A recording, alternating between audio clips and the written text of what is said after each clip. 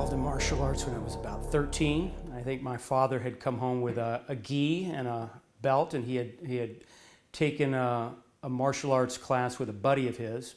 He came home, showed me a few moves, and that was it. I was like, yeah, I want to do this too. And so he found, I was about 12 or 13, and he found a karate school, maybe a couple miles from the house, Flying Tiger Taekwondo Center. And I started taking Taekwondo. Front kick! Chop! Elbow! I'm 54 years old now. I've done it my whole life. And all I can tell you is that I try to get my kids involved in martial arts, and neither one of them had really a lot of interest in it. But for me, it's been a great release. It's been a great outlet. I've done it my whole life. I don't go to a dojo. I don't participate in tournaments or anything like that, but it's something that I can always go into my gym or my garage, and I can work out on my bag, I can stretch, I can throw my kicks, and it keeps me balanced. It keeps me centered, and it's better than having a shrink. It's better than having a therapist, because it is your therapy. It translates into everything that you do in your life, whether it's business related or whether it's playing softball with the guys in town. Your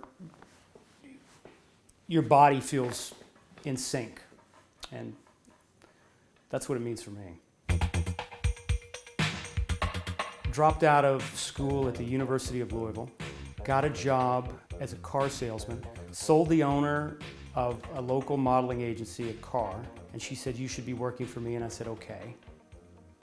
And my first job was an industrial film for Kentucky Fried Chicken.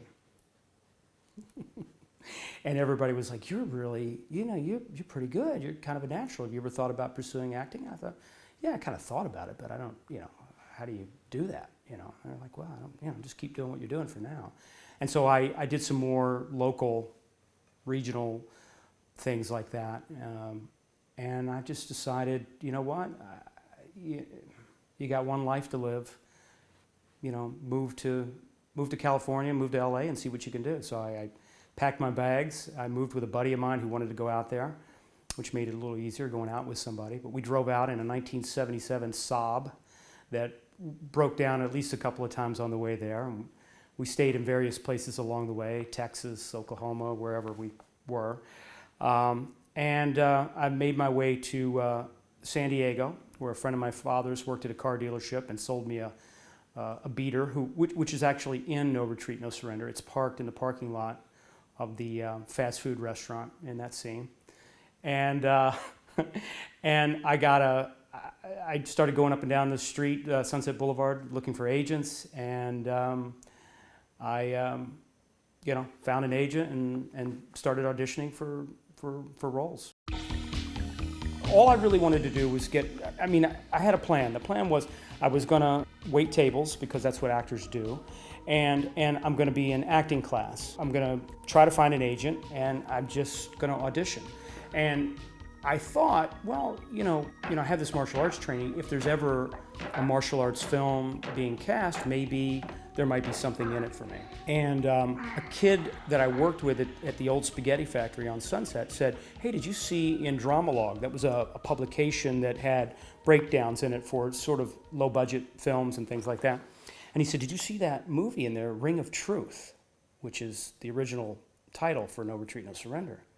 And I said, "Yeah, I did see that." He said, "Did you send in your picture and resume?" I said, "Well, actually, I did. I sent my picture and resume in, but they never contacted me." He said, "Well, they're having an open casting call on Saturday. You should go."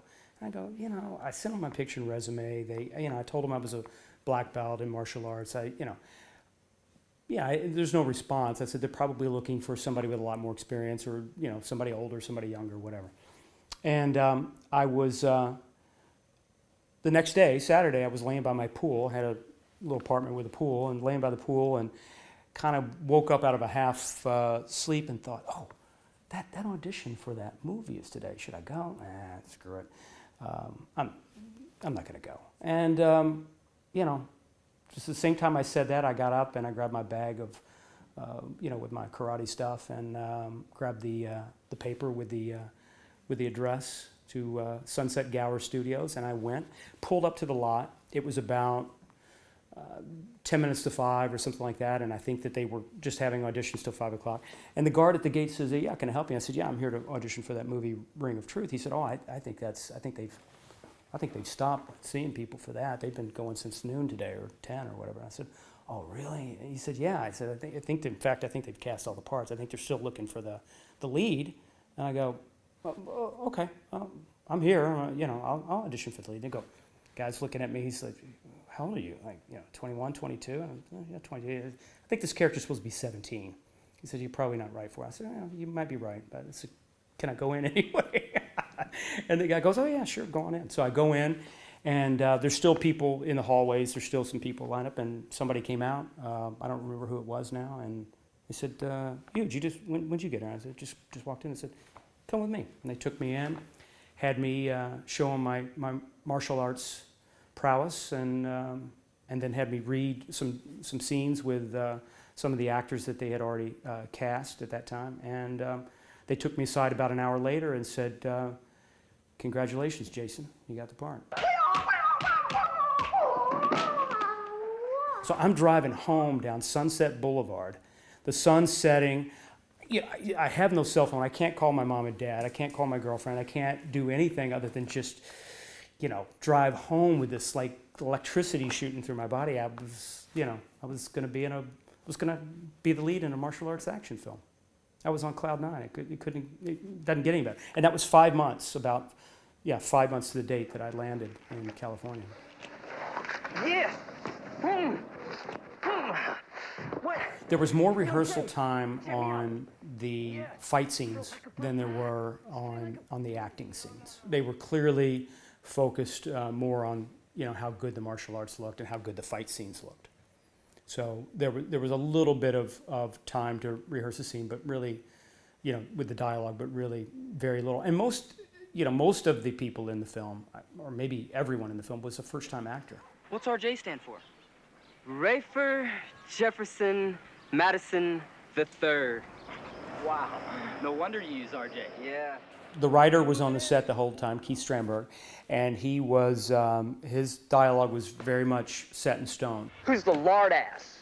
Beat it, Brucey. I mean, they adjusted things based on what I could do physically, I think, sometimes. This was a film company out of Hong Kong. They were just used to working their actors to the bone, So you, at the end of the day, you needed a hot bath, and even at 22 years old, you felt it. At the end of the day, you were pretty beat up. The director, Corey Ewan, didn't speak English. Often they were talking about the setup and the shots and the scene in Chinese, so there was a lot of stuff that I didn't know about. And then Keith Strandberg, the writer who spoke Chinese, would come to me and say, "Okay, this is what they're talking about. This is what they're thinking about doing." There's nothing impossible with the Hong Kong film company like that. They just believe that anything can be done. And, "Oh, can you do this?" Well, we'll show you. We'll teach you how to do it. And they'll just take you aside, and the choreographer would work with me until I got it, and then we would go shoot it. So I think that they just believe anything is possible, and they really were hard workers. I mean, we would shoot, start as early as we could in the day and go as long as we could before we would stop. They had a lot to get through in 7 weeks. Well, Jean-Claude Van Damme was right off of the boat, just like I was. We both just rolled into Los Angeles, and within months, and here we were picked to star opposite each other in this martial arts film. Jean-Claude really knew exactly what he wanted. He wanted to be a martial arts star. I just wanted to be an actor, but he knew exactly what he wanted, and he wanted to be a martial arts star. Well, there was one funny incident that didn't make the final cut because it really wasn't planned. The scene where Jean-Claude and I are having the final fight scene, and I'm on the ground, and he comes and pounces on me with his knee and puts his hand on my throat. I had makeup prepare me a blood capsule. He had already had an incident with Pete Sugarfoot Cunningham where he did a jump spinning kick and actually hit Pete and knocked him out. And so he was already a little nervous about, something like that happening. So when he jumped on me, I bit down on the capsule and blood just gushed out of my mouth and down my side. And nobody knew about it except for me and the special effects makeup artist. And Jean-Claude he freaked out. He was just so afraid, oh no, what have I done?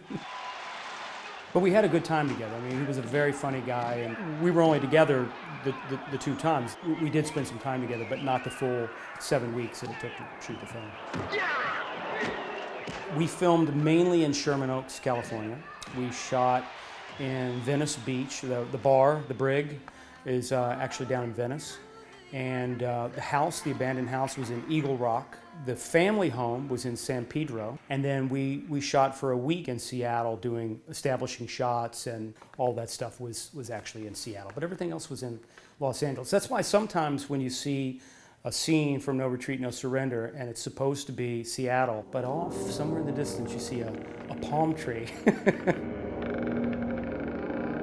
Greatest challenges, I think, was that because it was a low-budget film, we had to be ready to shoot whatever part of the scene made sense to shoot at that point in time. Maybe we couldn't shoot something because a particular actor wasn't there, or they didn't have everybody in place that they needed. I was in almost every scene of the film, so I had to be there the whole time. So even if they weren't shooting my stuff, I was on the set in a trailer. LA Karate. I'm impressed. Never having shot a film, never actually having done anything other than some commercials and some industrial or training film type.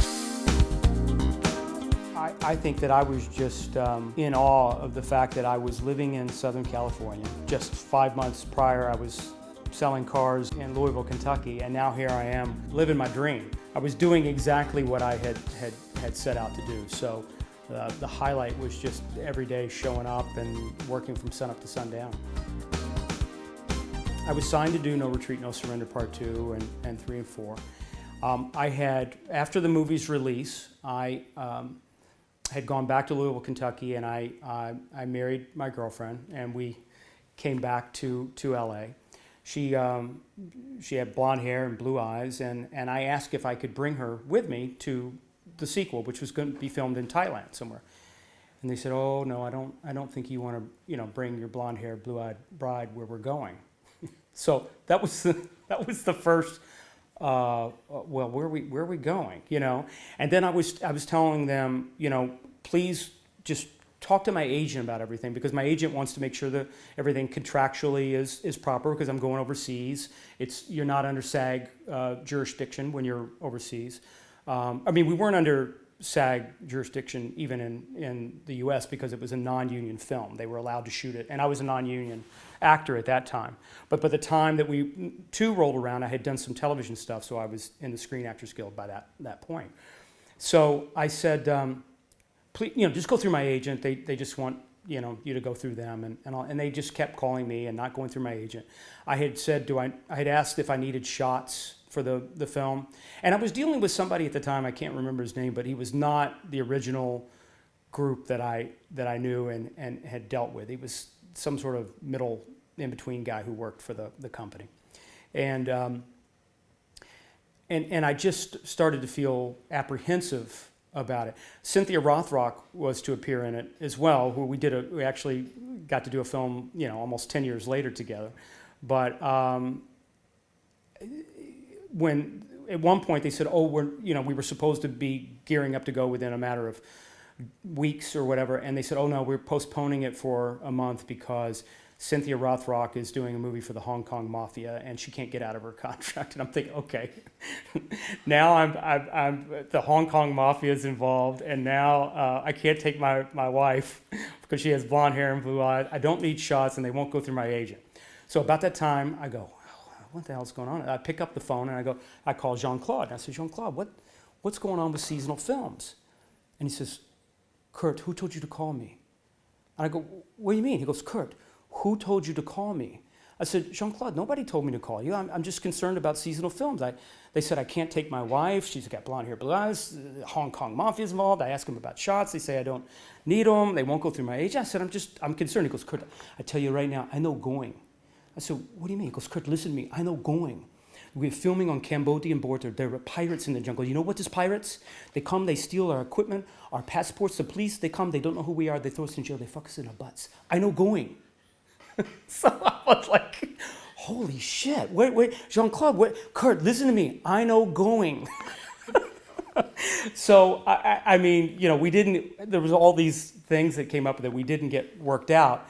And my agent was like, well, why don't you just go do a soap opera? So I said, okay, that sounds good. You don't have to move and you can stay here.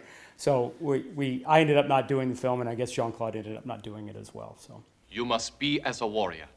We practice how to stop violence. What you learned from me is for defense only. You don't want to listen?